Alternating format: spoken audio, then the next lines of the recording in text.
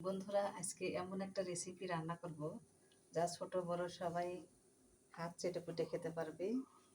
তো এগুলো হলো সয়াবিন, এই প্রথমবার আনা হয়েছে, তো মজা করে রান্না করব। সঙ্গে থাকুন। আর একটা রেসিপি রান্না করব কচুরলতি মাছের মাথা দিয়ে থুতনি দিয়ে ভেঙে রান্না করব, চচ্চড়ি করব। এখানে পানি গরম দিয়েছি, এখন দিয়ে দেব।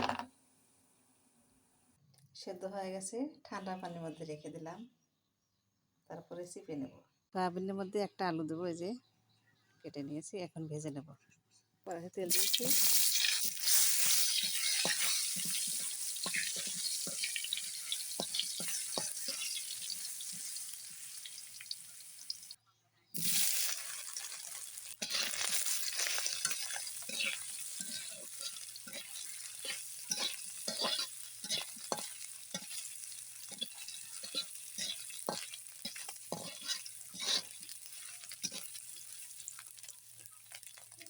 লাল করে ভেজে নিলাম, তুলে নেব।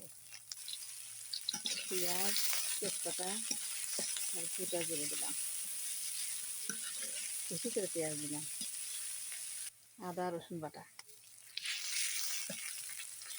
মশলা কষানো হয়ে গেল,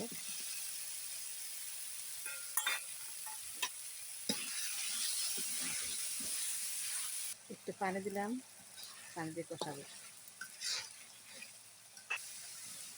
ঝোলের পানি দিয়ে অল্প করে, জিরের গুঁড়ো দিলাম, মশলার গুঁড়ো হয়ে গেছে, নামিয়ে নেব। এখন রান্না করবো কচুরলতি। রুই মাছের মাথা আর মাছের থুতমা বলি আমরা, তো থুতমা যে কেটে নিয়েছি ছোটো ছোটো করে, ভেঙে দিয়ে রান্না করতে চেয়েছিলাম, কিন্তু কচুরলতি কাটা কাটা হয়ে যাবে, সেজন্য ছোটো ছোটো করে কেটে নিয়েছি। এভাবেই রান্না করব। কচুরলতি হালকা ভাপ দিয়েছিলাম যাতে গলা না ধরে। এগুলো বাড়ির কচুরলতি, একদম দেশি। দেখুন সবুজ সবুজ, হালকা ভাপ দিয়েছি তবু সবুজ।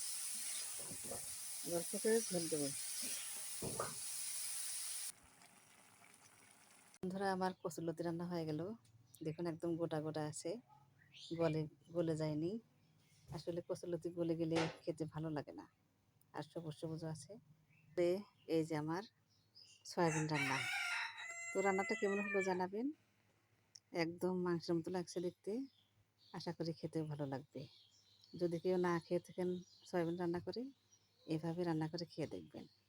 ধন্যবাদ সবাইকে, আল্লাহ হাফেজ।